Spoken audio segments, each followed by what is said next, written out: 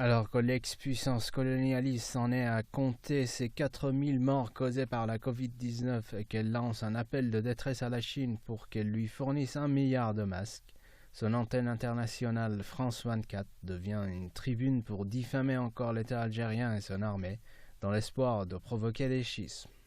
D'où ces propos particulièrement calibrés qu'a tenu le 30 mars sur France 24 le dénommé Francis Guillès, chercheur au Centre Relations Internationales de Barcelone, qui a en effet prétendu que le matériel et les protections sanitaires reçues de Chine par les Algériens ont été conduits vers l'hôpital militaire de Ain al-Nadja dès leur arrivée. Des propos jugés mensongers et pleins d'ignorance par l'ambassade chinoise à Alger.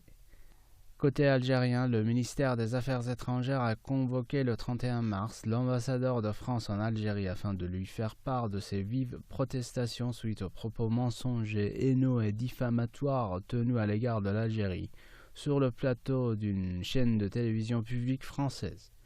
Pourquoi Paris cherche à saper la coopération entre Alger et Pékin? Écoutons à ce sujet l'analyse de Mikhail Egorov, analyste chroniqueur à l'agence Observateur Continental. Oui, je pense que dans cette situation, il y a deux points importants qu'il faut noter en premier lieu.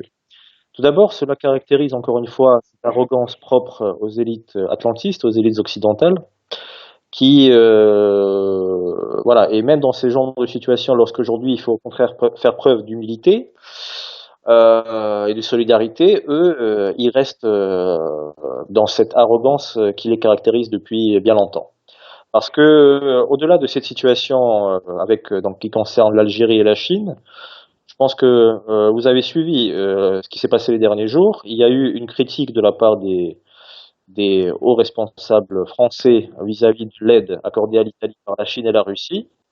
Donc, selon certains de ces responsables français, l'aide que la Chine et la Russie ont accordée à l'Italie, soi-disant, aurait un agenda caché et que la Chine et la Russie cherchent à en profiter.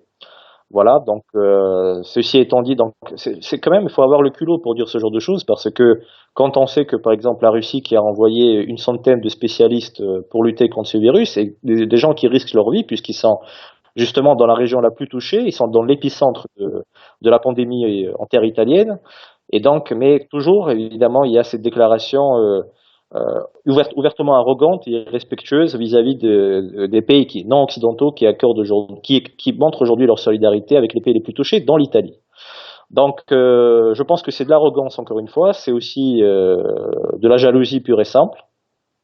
Et ça ne s'est pas limité à ce sujet. Vous avez vu aussi que, par exemple, la France maintenant a été forcée d'accepter la proposition de l'aide de la part de Cuba pour les territoires français d'outre-mer, ce qu'ils appellent les dom-tom.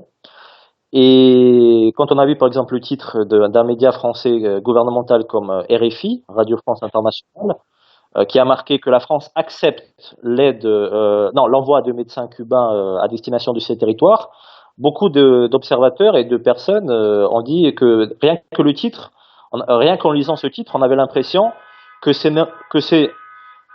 non pas Cuba qui rend un service à la France, mais plutôt la France qui rend un service à Cuba en acceptant cette aide. Ce qui est évidemment tout à fait ridicule et illogique.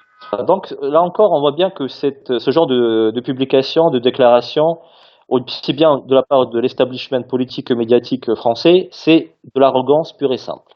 Et le deuxième point, je pense qu'il est important de mentionner dans cette situation, c'est tout simplement le fait qu'ils essaient par ce genre d'action de voiler leur propre incompétence, parce qu'il s'agit bel et bien d'incompétence dans la situation actuelle. Parce que j'aimerais quand même le rappeler, au vu des dernières statistiques avec le nombre de contaminations et de décès, la France est classée aujourd'hui au niveau mondial sixième en termes du nombre de contaminations et quatrième pour le nombre de décès, avec plus de 56 000 contaminations à l'heure actuelle et plus de 4 000 décès à ce jour.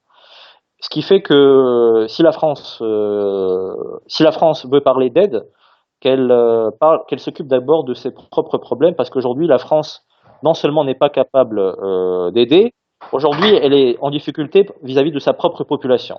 C'est ça aujourd'hui la réalité qui caractérisent la situation propre à la France. Donc pour moi, ce sont les deux points essentiels. Tout d'abord, l'arrogance qui les caractérise depuis un bon moment vis-à-vis de tous les pays qui sont ses adversaires géopolitiques. Et deuxième point, c'est tout simplement une tentative de voler leurs propres problèmes et leur propre incompétence, parce que la situation à laquelle s'est aujourd'hui confrontée la France, en termes du nombre de contaminations, elle aurait pu être évitée. Il aurait pu y avoir beaucoup moins de victimes de personnes contaminées si des mesures de prévention avaient été prises dès le départ, parce que à la différence, par exemple, des autres pays qui ont été touchés de plein fouet et dans un timing très rapide, comme c'est le cas pour la Chine et l'Iran, la France, elle, par contre, à l'instar d'autres pays européens, avait le temps de prendre des mesures de prévention, ce qui n'ont pas été fait justement à cause de l'incompétence de ces élites. Donc pour moi, ce sont les deux points essentiels, l'arrogance de ces élites politiques comme médiatiques et l'incompétence qui les caractérise.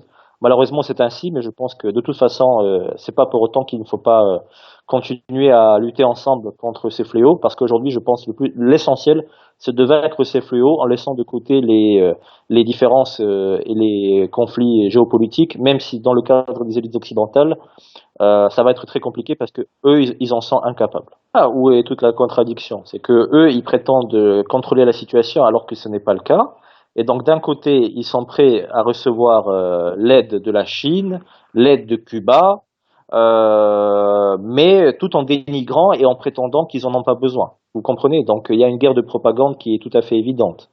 Et aujourd'hui, ce n'est pas seulement le cas de la France. Regardez les États-Unis. On se souvient, il y a encore tout récemment, les Américains parlaient d'une façon réellement, les élites états-uniennes parlaient d'une façon ouvertement irrespectueuse vis-à-vis des pays qui ont été touchés en premier, comme la Chine et l'Iran, et voulaient même profiter de cette situation pour atteindre leurs objectifs ouvertement sales vis-à-vis de leurs adversaires géopolitiques. Et aujourd'hui, regardez la situation. C'est les Américains qui se retrouvent dans une situation où ils sont obligés de recevoir de l'aide de la Chine, de la Russie, puisque la Russie aussi a envoyé un avion avec de l'équipement médical tout récemment aux États-Unis. Et aujourd'hui, les États-Unis sont de loin le pays le plus touché en termes de contamination. Ils ont 2 fois plus de contamination pratiquement que l'Italie, qui était il y a encore récemment le pays le plus touché. Et ils sont troisième pour le nombre de décès. Voilà.